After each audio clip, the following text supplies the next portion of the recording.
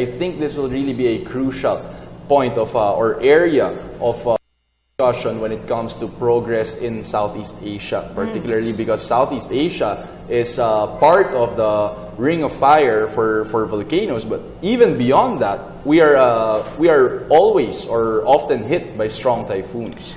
Well, speaking from experience here in our country, JC, we experience a lot of typhoons, strong typhoons. Yolanda, the strongest, or Haiyan, one of the strongest storms to hit the world, hit us just last year. Also, there is a need for balance with regard to economic growth and our depleting natural resources. Exactly. Although we cannot sacrifice our environment or our natural resources for growth, but there also is a need for us to use our resources in order to boost economic growth. Actually, what's really frustrating with this discourse is the fact that Southeast Asia, as we all know, still has a lot to do with infrastructure, and yet at the same time we are the worst by climate change or by climate change disasters. So this is really conflicting because we know of the US and China, for example, they constitute more than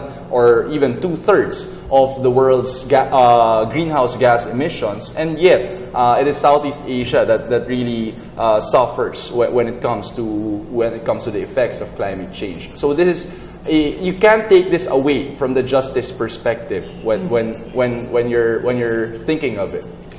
Let's go to part 2 of agricultural transformation, a major subject area in yesterday's arena session at the World Economic Forum on East Asia 2014. Frank Wijaya is, of course, with Sinar Mas. You probably all know him, Chairman and Chief Executive of Sinar Mas Agribusiness and Food. Mr. Ho Sing Chan, Group Managing Director of ASEAN of DuPont, coming to us from Singapore. And at the far end, Robert Ziegler, Director General, International Rice Research Institute of the Philippines. Thank you all for participating in this situation. I mean, there are so many aspects of what's been talked about already as to the challenges involved. And we have a good representation here of people from the private sector, government, and of course, from the civil society. So let me begin, if I could, with you, Estrella, and let's take it to ground level. Everybody is looking to the world of farmers now and saying, okay, the challenge is for the farmers to produce more food than they ever have done. And in the West, we've already seen that process turning into commercial agribusiness. In Asia, obviously, the challenges are entirely different. The land ownership, the production, the people involved, a completely different demographic. So from your perspective, just give us a little bit of background on how the farmers' experience is right now and how they're looking at the challenges that have been brought up here. Okay, thank you very much. For me, the challenge is not only to produce more food, but to produce in such a way that I can earn from what I produce. Okay, so I have a farm. Okay, it's an upland farm. It's a 2-hectare farm, and I have planned to produce vegetables and fruits in a sustainable, organic way. Okay, but I don't have title to the land, so I cannot get loan. Okay, I have a partner farming family, and they do not know the technology for organic agriculture. And then we don't have link to the market. So some buyers come to our village, and they get our produce at a very low price.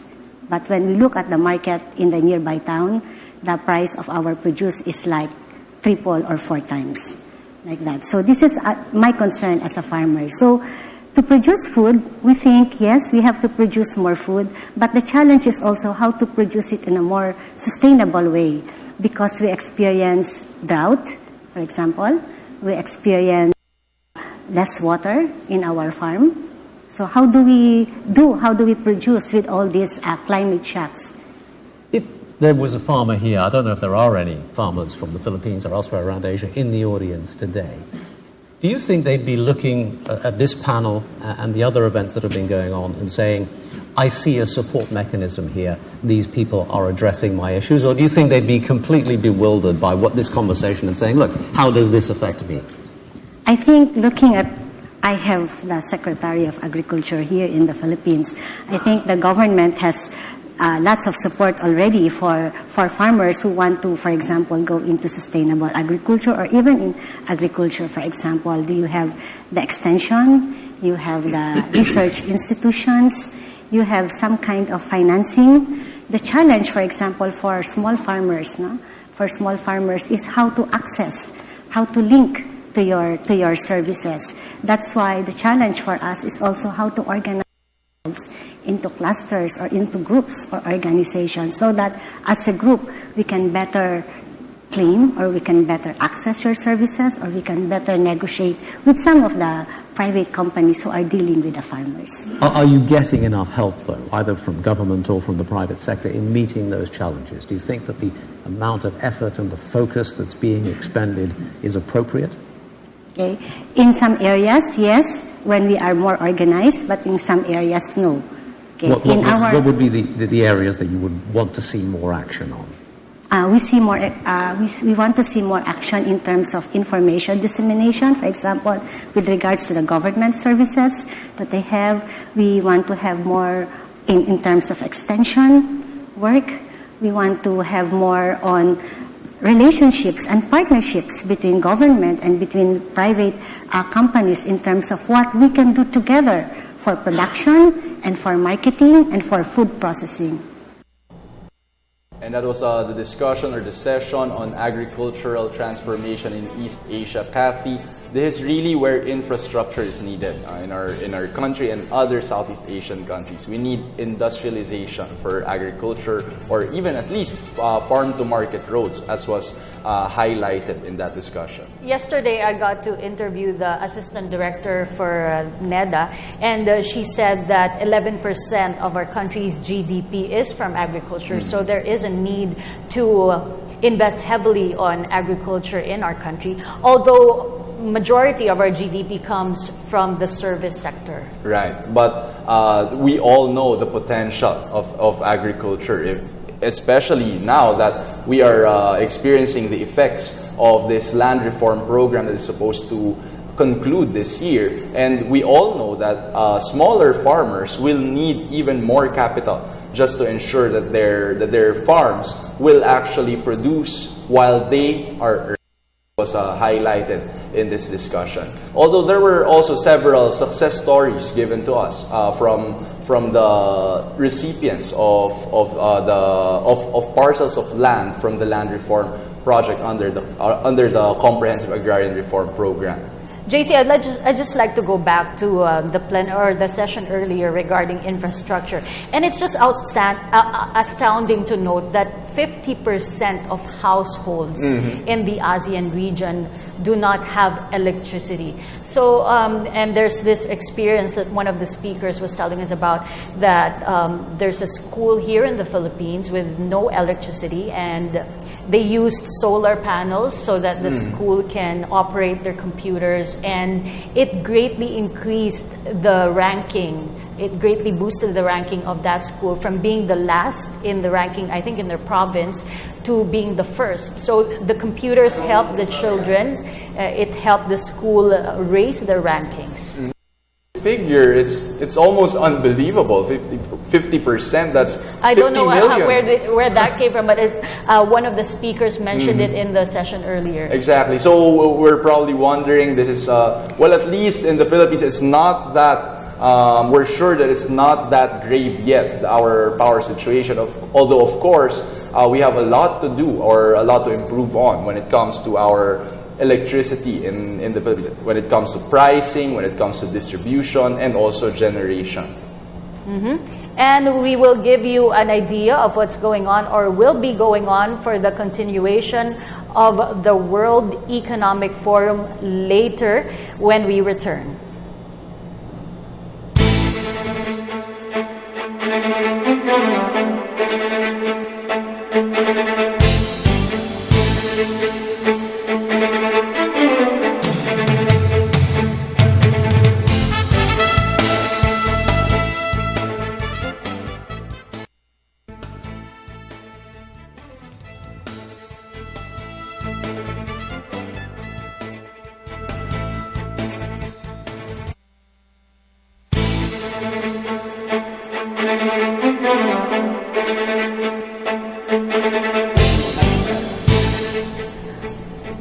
right, we are back to our special coverage of the World Economic Forum, the 23rd World Economic Forum, and we are now on the third day.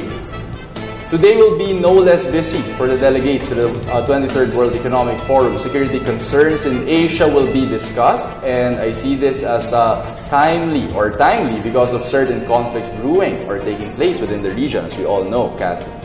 Yes, yesterday this was raised by Vietnam, and their Prime Minister Nguyen Thanh Dung gave his speech, and I guess this raised eyebrows from the Chinese delegation present in the event.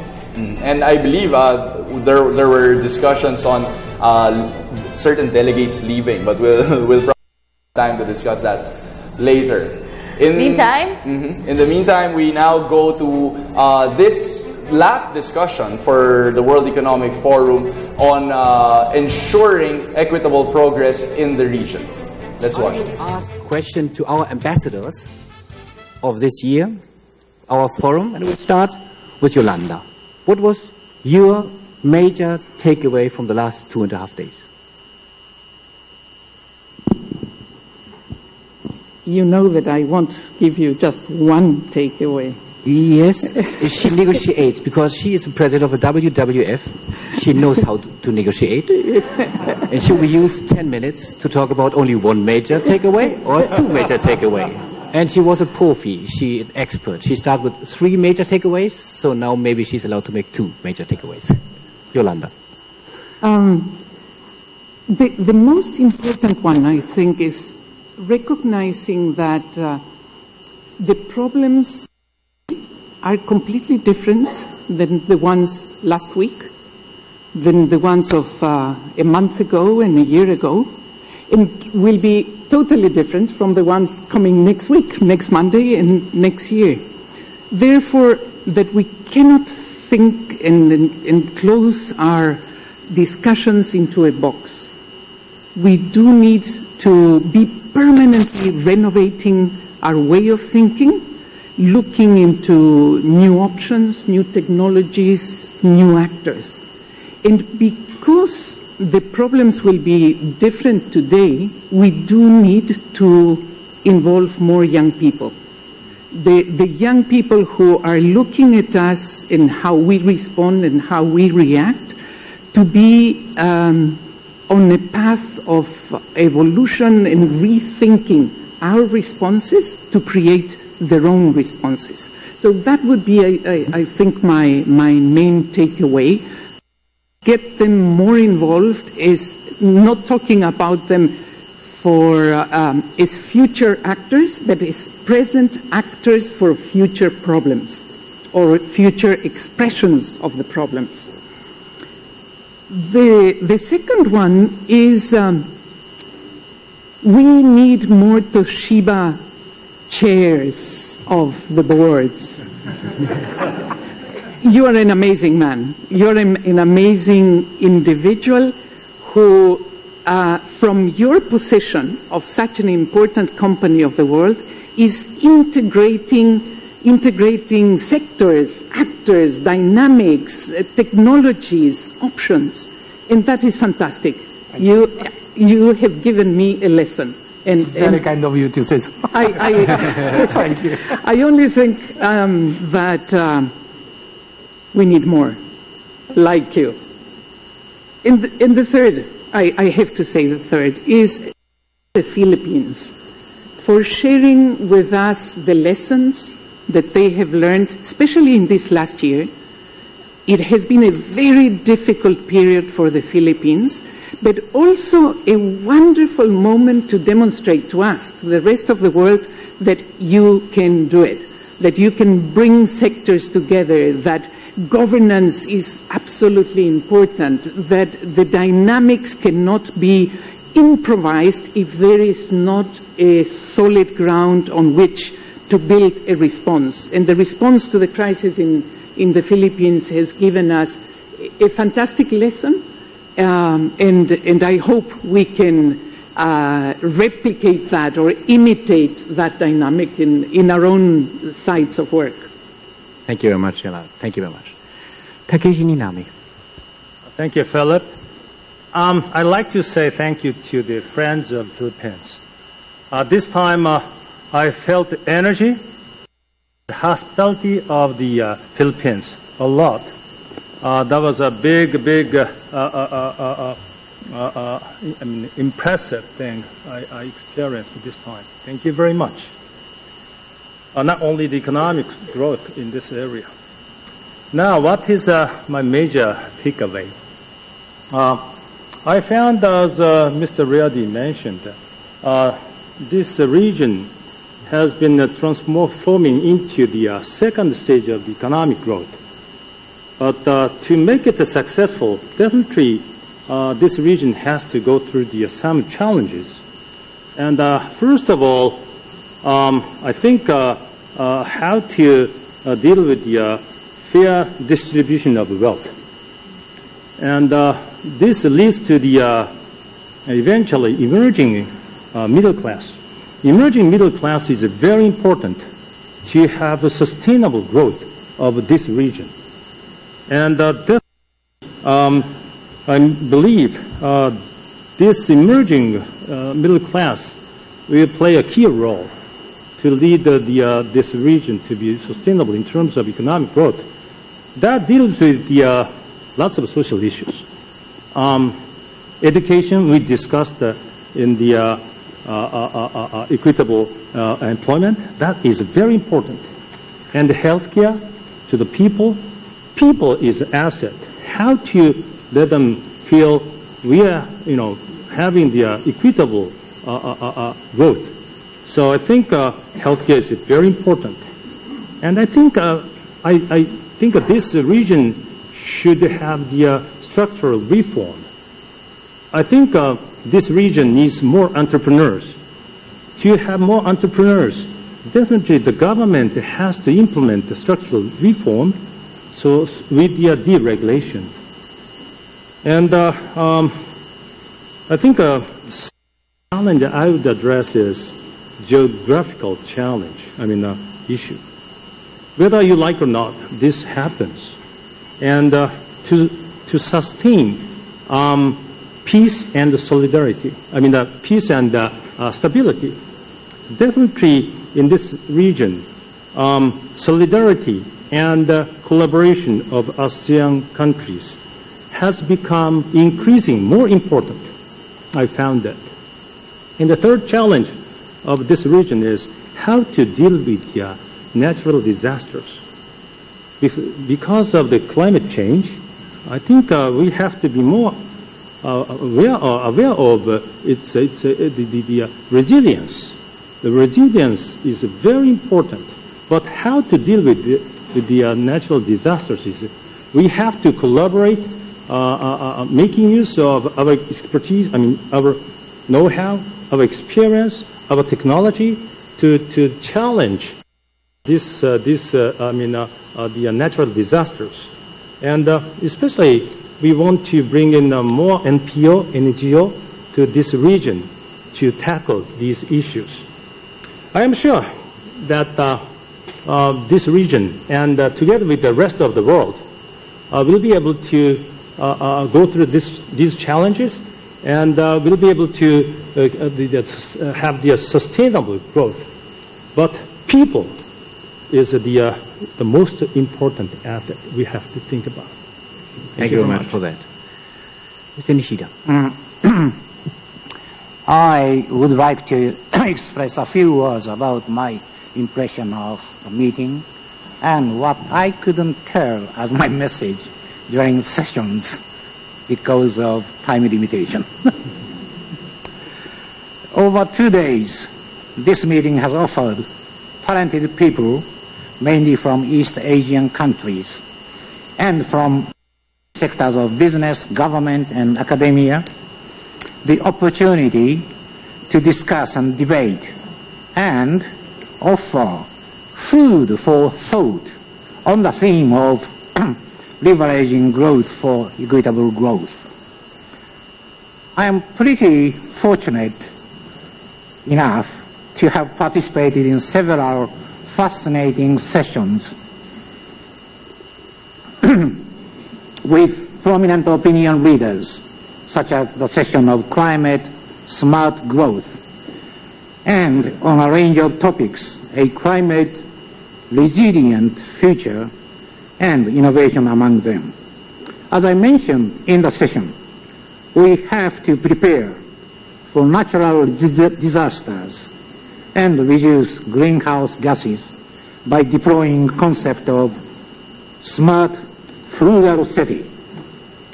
For future livable cities, soft power to enlighten people as to the importance of the environment could become of vital importance, in addition to the hard power that provides cities with social infrastructure.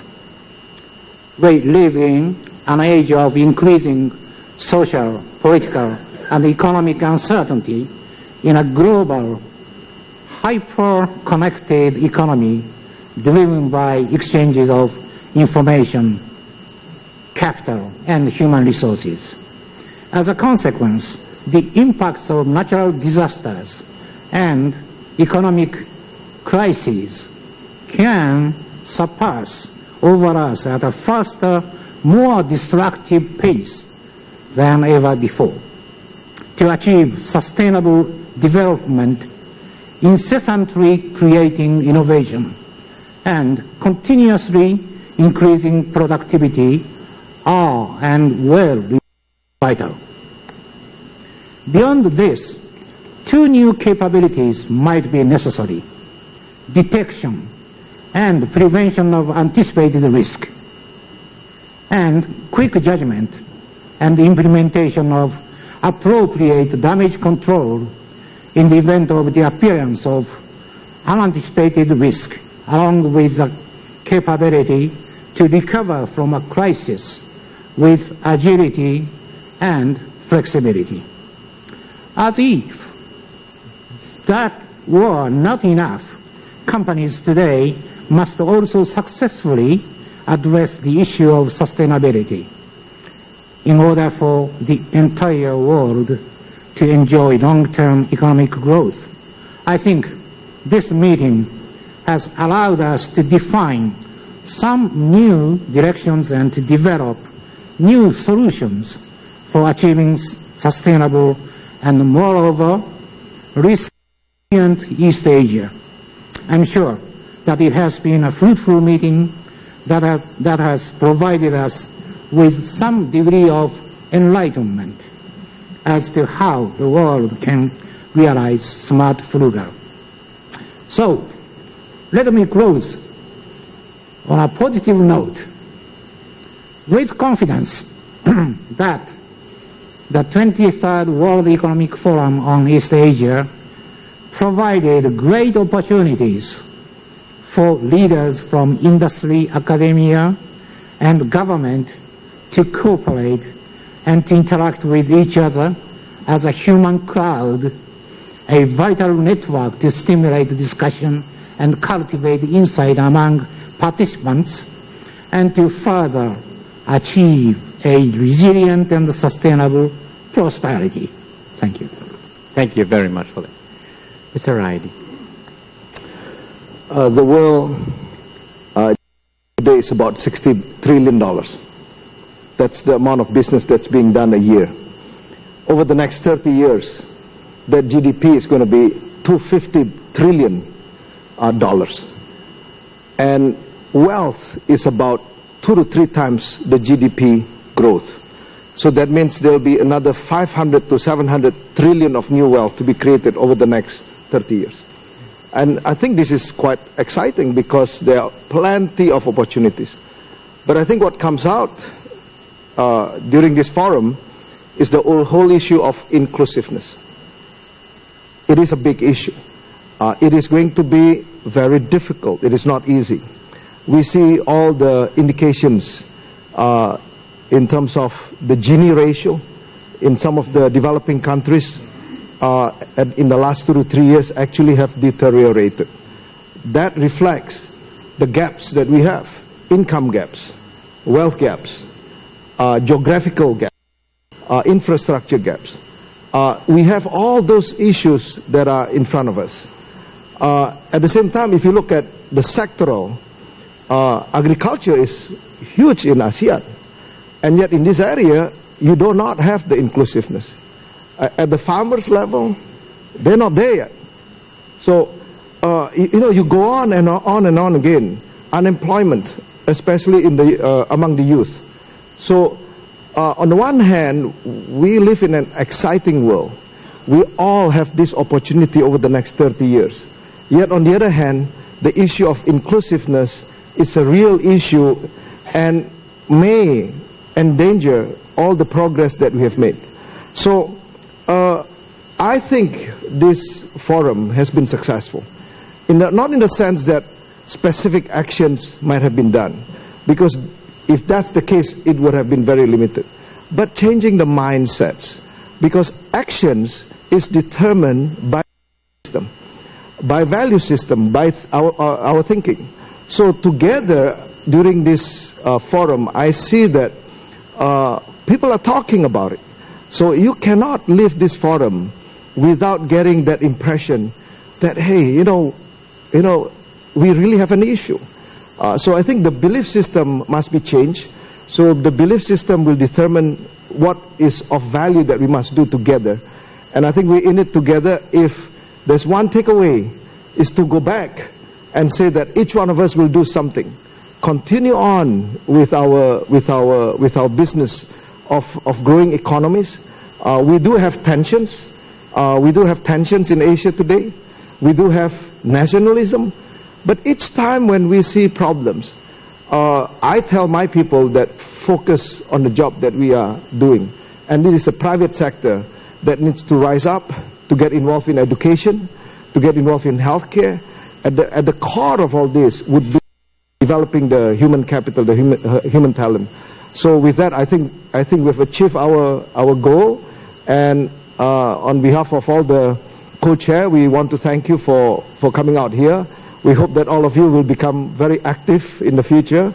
And the next time we meet, a lot of actions would have been done in your own companies, in your own communities as well. Thank you. So, thank you, Mr. Rayadi. So, I think we saw the whole broadband of all the issues we tried to raise in the 2.5 days this week. And we start with solidarity with the people, education, healthcare, agriculture, geopolitical situation, and flexibility, agility. So, thank you very much for that. But maybe last question to the whole podium. Do you miss something? Because you mentioned that and we realized the same while our run-up for this session, that issues changes very fast in terms of agility, flexibility. So do you miss some issue we could raise maybe the next regional summit on East Asia? Missing in terms of the discussion of this forum? Definitely yes. I don't think there is enough emphasis on the recognizing the value of the natural capital on which we depend and on which every single production system depends on. There is nothing from technology to food to any sort of good that doesn't depend on a natural resource. And that is not being valued enough. It is an externality that it's not considered nor in the price nor in the evaluation of the process of development. And I do think that unless we get that right, unless that capital is paired in terms of importance, in terms of value, in terms of relevance of any development system, we won't be able to tackle the problem at the root. Maybe next time much more about resources and the value of resources. But I think we talked about in the question of agriculture, food security, but not with this focus you mentioned, but maybe for the next, so we can have some takeaways for the organization. I'd love to see that. Great. Okay, ladies and gentlemen, because we are very short in time, so as you know, the way to improve the state of the World Economic Forum is we try to create some community of interest. That means interest on East Asia. And I think in this question we were very successful because we have had a similar successful World Economic Forum on Africa 2 weeks ago, and look only on the social network activities was very high because of all the events we have had in Africa. But on the first day of this event, we were much stronger in all the social network activities than in Africa and Latin America together.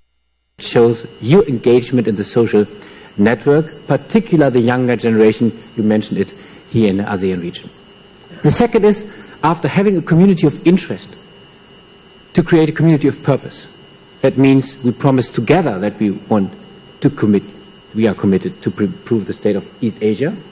So to motivate the people, not only the participants, but the whole people, and at the end, and Mr. Raidi said it, to create a community of actions. So that is my last call to you on next Monday in your office. That is not only a gathering of business leader, public figure, science, and younger generation. That is a community to have some actions. And so that is not the end of 2.5 fruitful discussion and meeting. That is the beginning of the next 12 months hard work on all the actions we committed in the last 2.5 days. So something missed, as we know from Yolanda, but I hear what missed as well. That is a huge, very huge thank you to our 4 ambassadors for this year's World Economic Forum on East Asia. A thank you to our 4 co-chairs for an outstanding job. Well done. Thank you very much.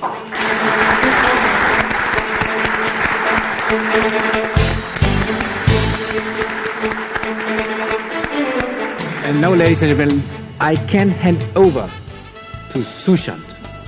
Sushant is, as you know, our head of East Asia in the World Economic Forum. And he will now make the closing remarks for the World Economic Forum. And let me say before, that is his last World Economic Forum, because he will leave the World Economic Forum. So a big hand at the beginning for Sushant. Sushant, it's your lecture.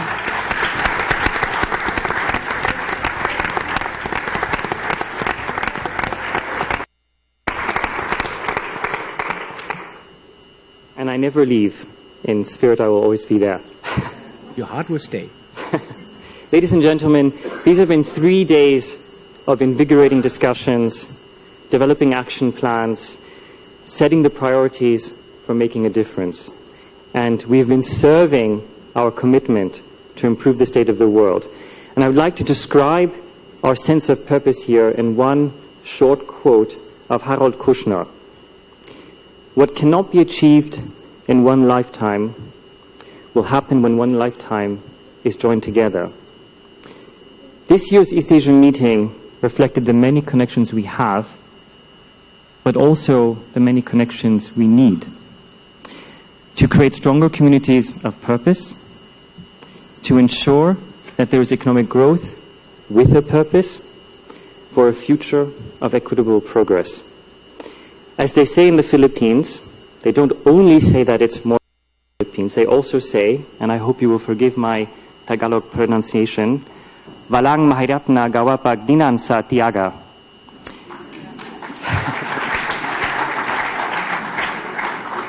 Nothing is hard to do if you pursue it through perseverance.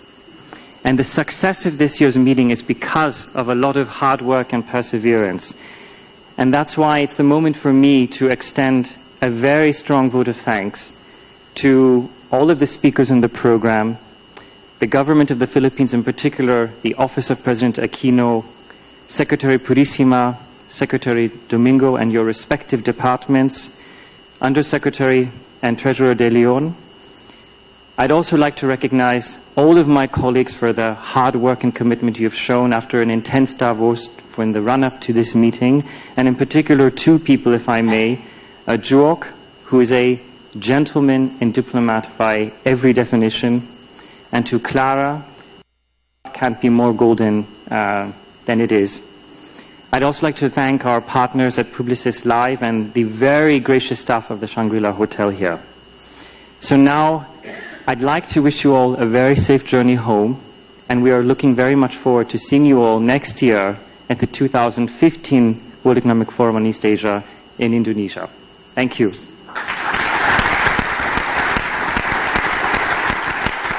here. Right here.